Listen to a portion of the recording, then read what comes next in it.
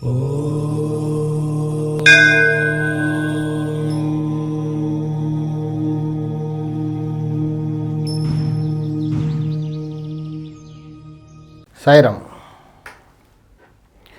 పెళ్ళైన కొత్త దంపతుల్ని పెద్దవాళ్ళు ఏమని దీవిస్తారు?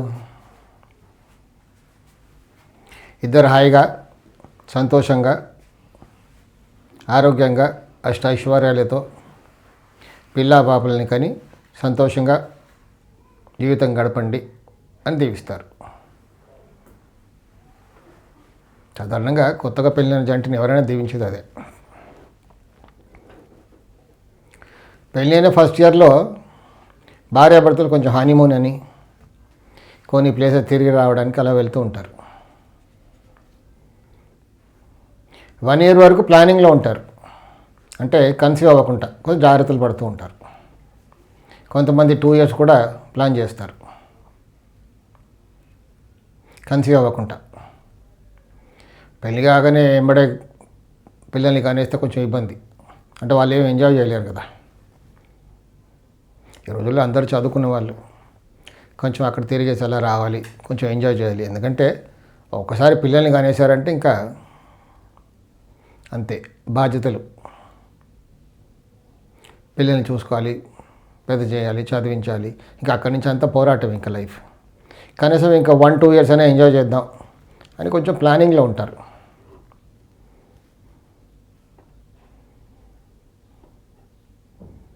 కొంతమంది న్యాచురల్గా ప్లాన్ చేస్తుంటారు, కొంతమంది మెడిసిన్స్ ఉన్నాయి కాబట్టి ఏదో పిల్స్ వాడుతూ ఉంటారు కన్సీవ్ అవ్వకుండా.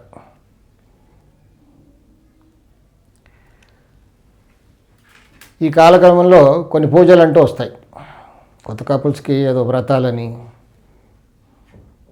ఎక్కడికో గుడికి వెళ్ళాలి, తిరుపతి తీసుకెళ్తారు, ఇలా రకరకాల చోటుకి పెద్దవాళ్ళు తీసుకెళ్తుంటారు, ఇంట్లో వ్రతాలు చేయిస్తూ ఉంటారు. సరే, ప్లాన్ చేసుకోలే కాబట్టి డేట్ వచ్చేసింది ఇప్పుడు లేడీస్కి. డేట్ ఉన్నప్పుడు మనం పూజలు అవన్నీ కూర్చోరు కదా, ఆనవాయితీ ఉంది కదా ఒకటి. సో దాంతో లేడీస్ ఏం చేస్తుంటారంటే ఏదో పిల్స్ వేసేసుకుంటారు, ట్యాబ్లెట్స్. అంటే డేట్ పోస్ట్పోన్మెంట్. అలా డేట్ పోస్ట్పోన్ అయిపోతుంది. ఒకటి కన్సీవ్ అవ్వకుండా, ఇంకోటి డేట్ పోస్ట్పోన్మెంట్. సో హాయిగా ఇంకా వ్రతంలో కూర్చుంటారు, పూజల గుడికి తిరిగేస్తారు. ఇలా ఒక 4-5 times అలా ఇంకా అలవాటు అయిపోద్ది. ఎప్పుడైనా ఏమైనా శుభకార్యం ఉంది, ఒక ట్యాబ్లెట్ వేసేసుకోవడం.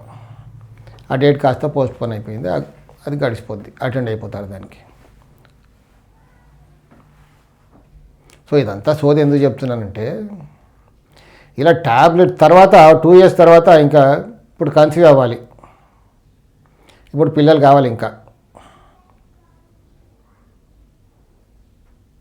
అన్నప్పుడు ప్రాబ్లం అరైజ్ అవుతుంది.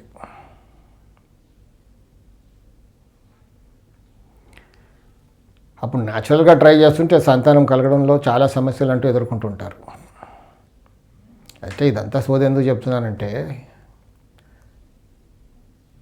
పిల్లలు కలగడం ఇబ్బందిగా కారణాలు అంటే సమస్యలు ఎదుర్కొనే వాళ్ళు నాకు చెప్తూ ఉంటారు. ఆ మధ్యలో మేము ట్యాబ్లెట్స్ వాడామండి, స్టార్టింగ్లో కన్సీవ్ అవ్వకుండా ట్యాబ్లెట్స్ వాడాము, డేట్ కూడా కొంచెం పోస్ట్పోన్ చేసుకోవడానికి కూడా ట్యాబ్లెట్స్ వాడాం. తర్వాత ఇప్పుడు మాకు తెలిసింది అలా వాడితే కొంచెం కిడ్నీ ప్రాబ్లం వస్తుంది, కన్సీవ్ పోస్ట్పోన్ చేసుకోవడానికి కూడా వాడిన వాళ్ళకి తర్వాత కొంచెం ప్రాబ్లమ్స్ ఉంటే అరైజ్ అవుతున్నాయి మాకు, దానివల్లే అని చెప్తున్నారు ఇప్పుడే. సో మెడికల్గా ట్యాబ్లెట్స్ ఉన్నాయి కాబట్టి వాడేస్తారు, లేటర్ అని ఇలాంటి ప్రాబ్లమ్స్ ఎదుర్కొంటారు. ఇంకా 2-3 years అయిపోయింది, సంతానం కలగట్లేదు, అందరూ అడగడం మొదలు పెడతారు, ఏంటి ఇంకా అంటే. లేడీస్కి చాలా హ్యూమిలేషన్గా ఉంటుంది, మగవాడికి కూడా ఉంటుంది ఆఫ్కోర్స్, కానీ లేడీస్ అయితే చాలా ఎదుర్కోవాలి. అలా చాలా కేసులు ఉన్నాయి, కన్సీవే అవరు.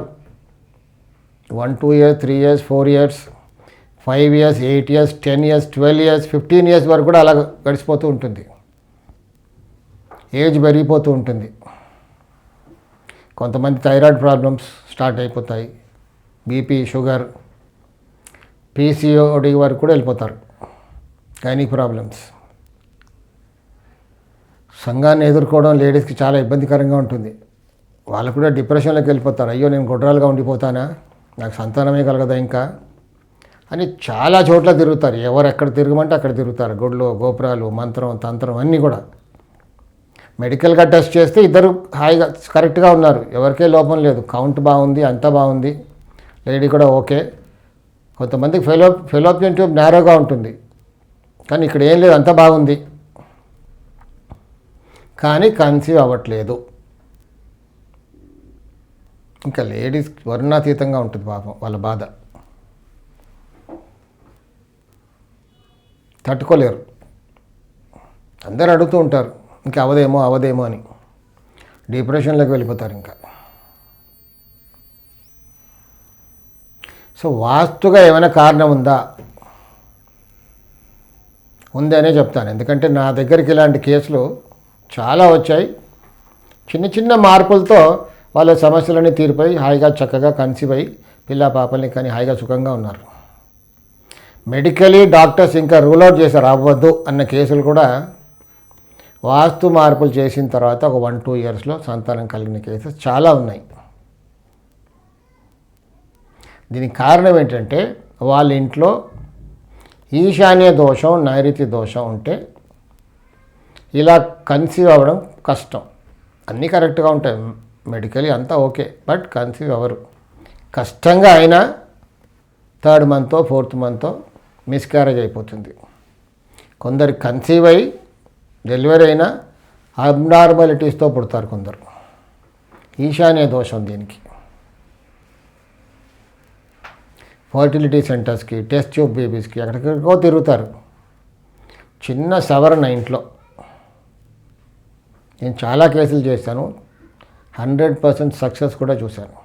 ప్రతి ఒక్కరు కూడా ఇది మిరాకిల్ జరిగిపోయిందండి, అసలు మీకు కావని చెప్పారు, మాకు ఇంకా సంతానం కలగదని చెప్పారు, బట్ రియల్లీ ఇట్స్ వండర్ఫుల్. అంటే నేచర్కి ఇంట్లో వాస్తు మార్పు చేసిన తర్వాత కొంచెం టైం ఇవ్వాలి, ఒక 1-2 ఇయర్స్